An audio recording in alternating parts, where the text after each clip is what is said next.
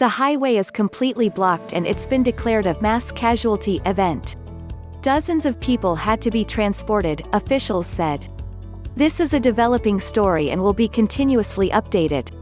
At least 100 vehicles were involved in a massive pileup crash Thursday morning on Interstate 35 West in Fort Worth, including several 18-wheelers, officials said. At least 5 people have been confirmed dead. The total number of injuries remains unknown, Fort Worth police said. Mayor Betsy Price along with Fort Worth Fire Chief Jim Davis and Fort Worth Police Chief Neil Noakes are scheduled to hold a news conference at 4:30 p.m. to share the latest updates. Price tweeted her condolences Thursday afternoon and asked people to pray for Fort Worth.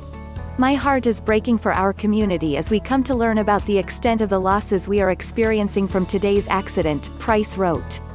"Our community is pouring out support, and I know that so many of you are asking for a way to help.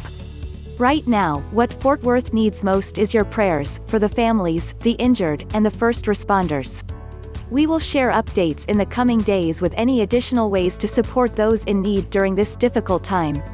The crash happened around 6 a.m. Thursday as drivers were dealing with pockets of inclement weather across North Texas, including freezing rain. A Fort Worth Fire Department spokesperson confirmed to WFAA that the department brought their own salt to the scene of the wreck as a part of protocol during icy conditions. They said the department has no idea if the road was salted before the crash, and said that finding that out would be a part of the department's investigation.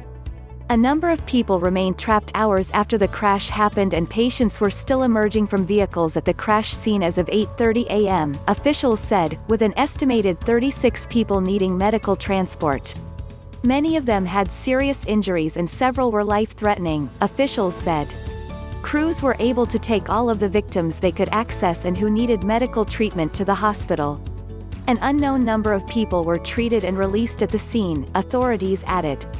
Information and estimates were rapidly changing as crews worked their way through the scene, and the number of patients was growing by the minute, officials said. Around 8:30 a.m. Fire department officials said during a news conference that they were going vehicle by vehicle to check for anyone still trapped, but had done a first pass and have extricated everyone they could see and/or get to so far.